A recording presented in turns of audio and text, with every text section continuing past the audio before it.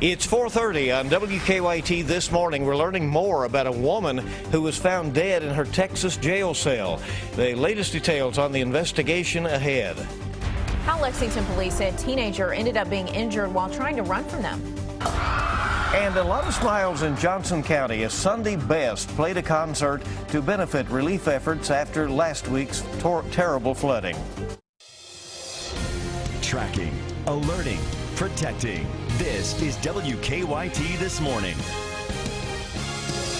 Good morning. Choosing between torrential and terrible, but it was tough nonetheless, that flooding last week. But now some good relief for the folks in Johnson County. Hello there, I'm Bill Bryant. And I'm Rebecca Smith. Really, let's check out what's happening with the weather, because I have no idea. I just know it feels okay right now. I think it's okay now, but we have some humidity creeping in for today and shower. And you know, when you start to see that or feel that humidity on the increase, you're going to start to see some rain develop into the region. And look, it's not going to be much, except for the southern zones. I think that's where you get the bulk of it, especially, just stay south of I-64. That is your best bet. However, Lexington, we could have a sprinkle, a light shower pass by, but for the most part, it stays south and to the southern zones. There's your look. Temperatures are in the 60s, 70s, kind of depends on where you are.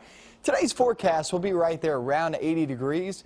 And look, most will stay dry. However, we can't rule out a few showers as we go throughout the late morning hours, early afternoon, and then it fades away as we go off into the evening hours. Now, I'll talk more about that, show you who has the best chance, coming up in a few minutes.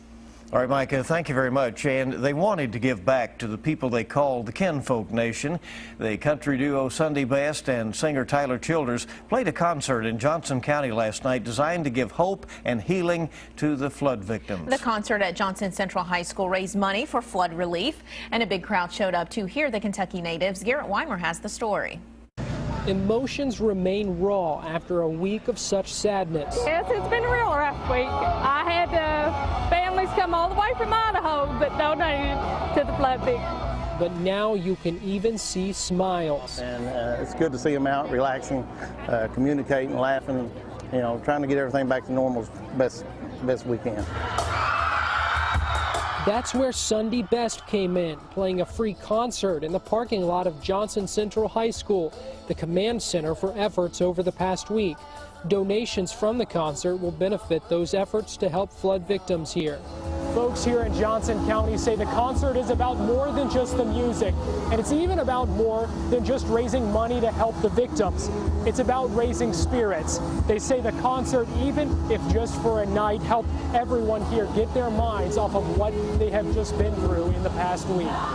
People have lost everything, kind of first chance of actually getting out and getting to talk to a few people, telling their stories, and just bringing the community together as a whole, again, pulling everything back together.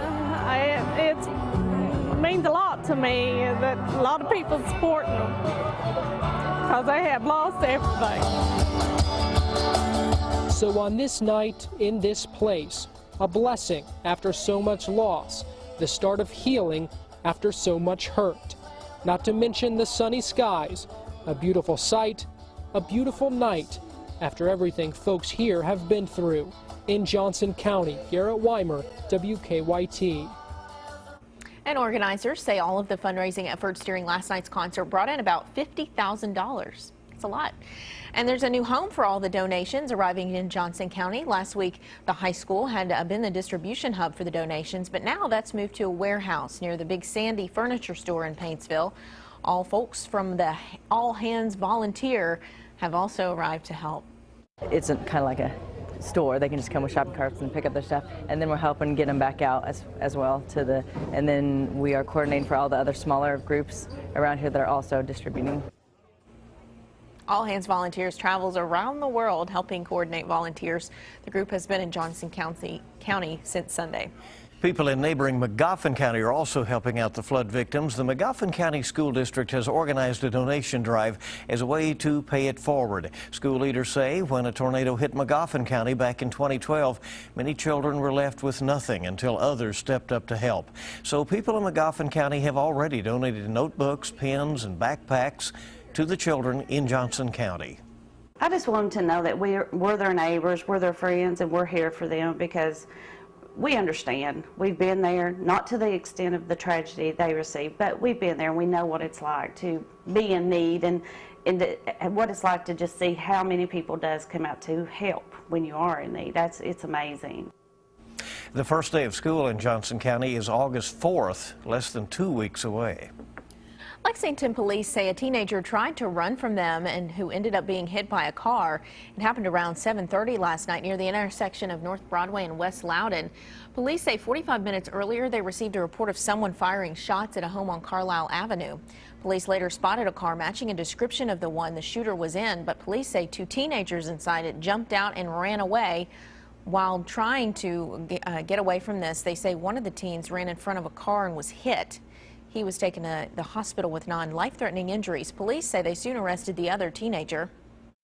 Anytime someone's willing to indiscriminately discharge a firearm at a house, obviously, regardless of the time of day, it's a significant risk, not only to the people who live there, but the people who live next door and people behind.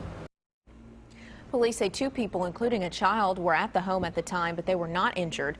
Police aren't sure why the shots were fired.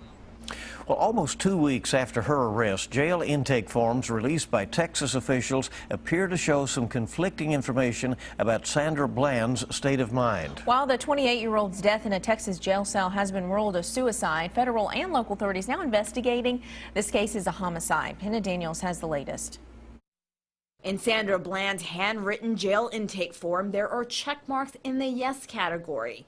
Next to the questions asking, have you ever felt very depressed? And do you feel that way now? Yet in this computer-generated one, only a few hours later, the same questions are marked no. Bland's family and friends have insisted she would not have hung herself in her jail cell 3 days after her arrest. She was making plans to get out of jail. Lavon Mosley told a local station Bland left him this rather upbeat voicemail while behind bars, which CBS News has not been able to confirm independently.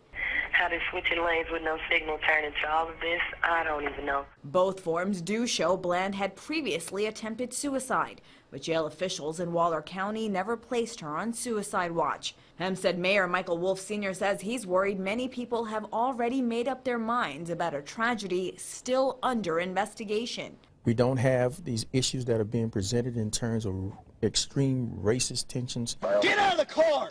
And then I will light you up. Get out! Bland was arrested after a confrontation during a routine traffic stop on July 10th. After seeing dashcam video of the incident, her family questions why she was arrested in the first place. Anna Daniels, CBS News. Well, the trooper arrested Bland for assaulting a public servant and is now on administrative leave for violating unspecified police procedures and the Texas Department of Public Safety's courtesy policy. Certainly has a lot of people talking. Our time this morning is 4:38 on WKYT. And this morning, more people in the community are providing security to armed forces recruiting centers around the Bluegrass. It comes nearly a week after a man killed 4 Marines and a sailor at a military facility in Chattanooga, Tennessee.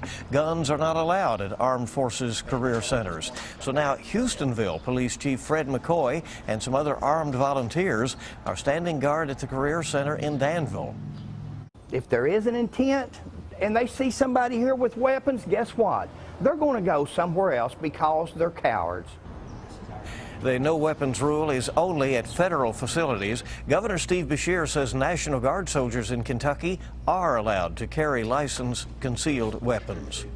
Well, new this morning, a missing Laurel County man has been found safe. The London Police Department said 34-year-old Michael Getz was located yesterday. He was reported missing on Thursday, July 2nd. Police say on that night, Getz got home from working an overnight shift, went outside and just disappeared. No further information was released about where he was found and under what circumstances. So, the second day in a row that we've seen somebody who's been missing found. Yeah, which is a good outcome. Yeah. Time this morning is 4:39, and it's good to have you up and at it with us, bright and early, still dark and early out there on this Thursday morning on WKYT. So what bottle is best for baby? Moms Every Day can help us find out coming up. And we're looking outside, seeing that rain back toward the west. Who gets the rain, who does not? I'll get into your latest forecast coming up.